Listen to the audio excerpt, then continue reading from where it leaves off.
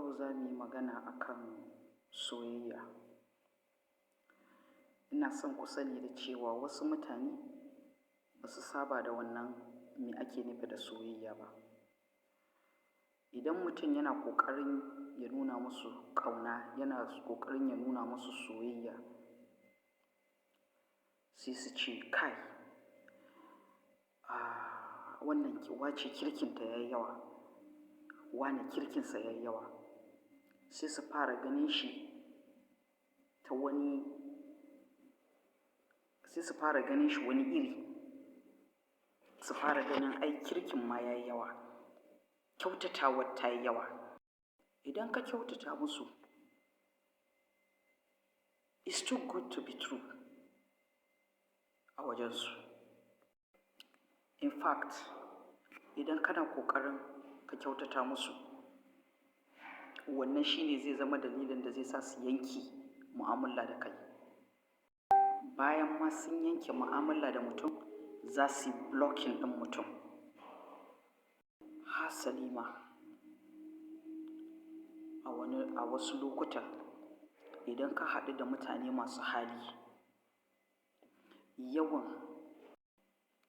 adadin yaba su da mutum yake yi da koɗa su da mutum yake yi, musamman idan ya yi yawa, wannan yana iya kawo dalilin da zai sa ba ma sa son yin magana da mutum. Dalili, saboda soyayya a wurinsu wani yare ne wanda yake sabon yare ne a wurinsu. Ba su san da shi ba, ba su saba da shi ba, saboda ba a saba koɗa su ba, ba a saba yaba su ba. Duk abin da suka yi baya burge mutane, ba a gaya musu wannan kalmar, ba su saba da shi ba. Saboda haka akwai mutane a yau wa'anda wannan kalma ta soyayya a gurinsu yana nufin a rinƙa share su, a rinƙa nuna musu ba a ma san da su ba.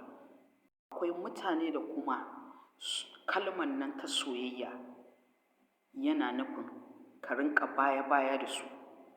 Akwai mutanen da kuma soyayya, kalman nan soyayya a gurinsu yana nufin ka rinƙa rubuta musu saƙo na text message sau ɗaya a rana.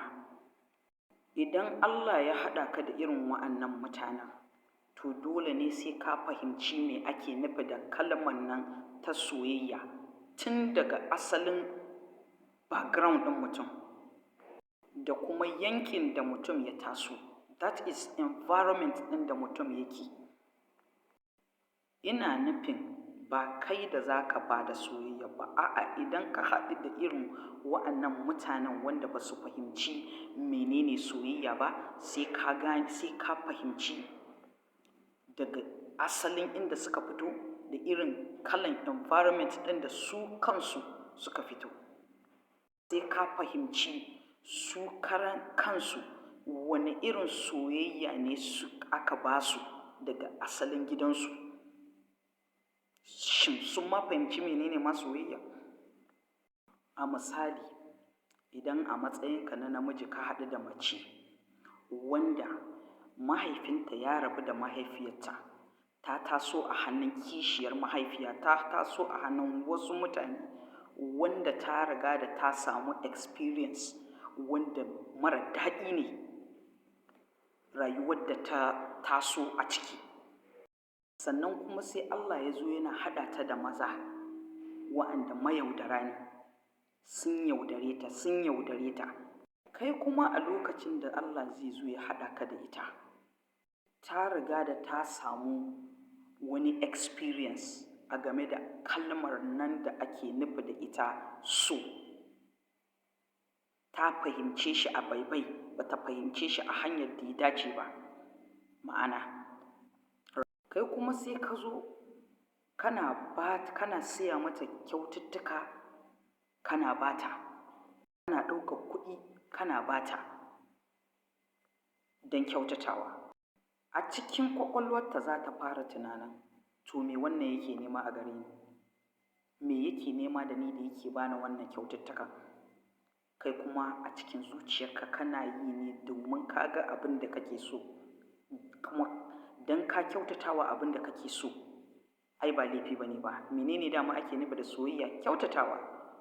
Kuke haɗu da namiji wanda shi ma karan kanshi ya taso bai san wannan kalma me ake nufi da soyayya ba, ya taso cikin wahala ko ya going through irin experience ɗin makamancin wanda na yi explaining akan mace, sai kika zo kina rubuta mishi wani dogon poem, wai ke kina rubuta mishi saƙo na soyayya da wane ne da sauransu, ba zai fahimta ba.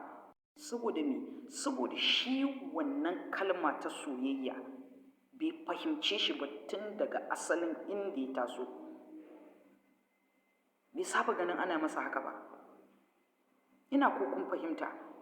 To a nan me ya kamata mu yi? Me ya kamata a yi? Abin da ya kamata a yi shi ne sai mutum ya zauna ya fahimci, ya karanci mutane, ya kuma fahimci mutane. Saboda kada kyautatawar da mutum yake yi a rinƙa ganin shi a matsayin wani abu na daban, ko kuma kyautatawar da za ka yi wa mutum ya rinƙa ganin kai, this is too good to be true. Kai, kana kyautatawa mutum yana ganin kai, wannan akwai abin da yake nema a gurina, wance akwai abin da take nema a gurina. A maimakon mutum ya fahimci cewa a'a wannan fa soyayya ake nuna masa, soyayya ma ta gaske ba ta yaudara ba.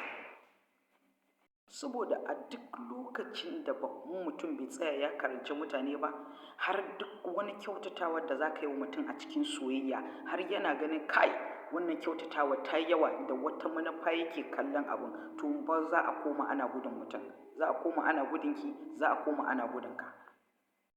Abu na gaba da zan ƙara yin magana a kai shi ne, har ma a wajen inda muke yin aiki akwai mutanen da ba su saba da soyayya ba, da wa'anda suke leaders ɗinmu ne. Akwai mutanen da su karan kansu za ka ga boss ɗinka ne a wajen aiki, amma bai saba a zo ana koɗa shi ba, bai saba a zo ana masa godiya da sauransu ba.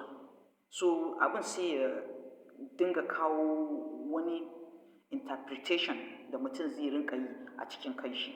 Na tuna akwai wani lokaci da aka ɗauke mu aiki a wani guri, sai nake tambayan wata nake cewa, wance ya kike, ya rayuwa da sauransu. She was like, ni? Nace ke?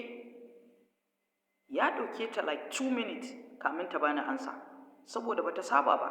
Bata saba wani ya tambaye ta ya take ba, bata saba wani ya tambaye ta ya rayuwar ta yake ba. So akwai mutane da basu saba ba, basu saba a nuna musu soyayya ba. A lokacin da zaka nuna musu soyayya sai su rinka masa ganin wani iri, sai su ringa mishi ganin wani sabon abu ne, ko su dinga buga wani lissafin da ba shi bane ba, negative thinking a cikin kwakwalwarsu, saboda ka nuna musu ƙauna, ka nuna musu soyayya. Ba a gina musu wannan babu wannan foundation ɗin, babu wannan ginin a cikin kansu. Iya abin da aka saba musu da shi shine an saba a yi amfani da su, a ɗauke su, a yadda su, babu ƙauna, babu soyayya, babu kuma nuna musu kishin ɗan adam. Kuka haɗu da irin wannan mutanen, ku rinka sanin cewa da akwai dalilin da yasa suke yin wannan abin da suke yi. Ku koyi yadda za ku koya sanin rayuwar ɗan adam, sannan kuma ku koyi yadda za ku fassara wannan kalmar da ake nufi da ita soyayya. Saboda idan kun ganta, ku rinka gane cewa a'a wannan soyayya ake baku ta fi sabilillahi. In ba haka ba, a so da yawa wanda suke son mu fi sabilillahi za su zo su ta wuce mu ba tare da mun sani ba.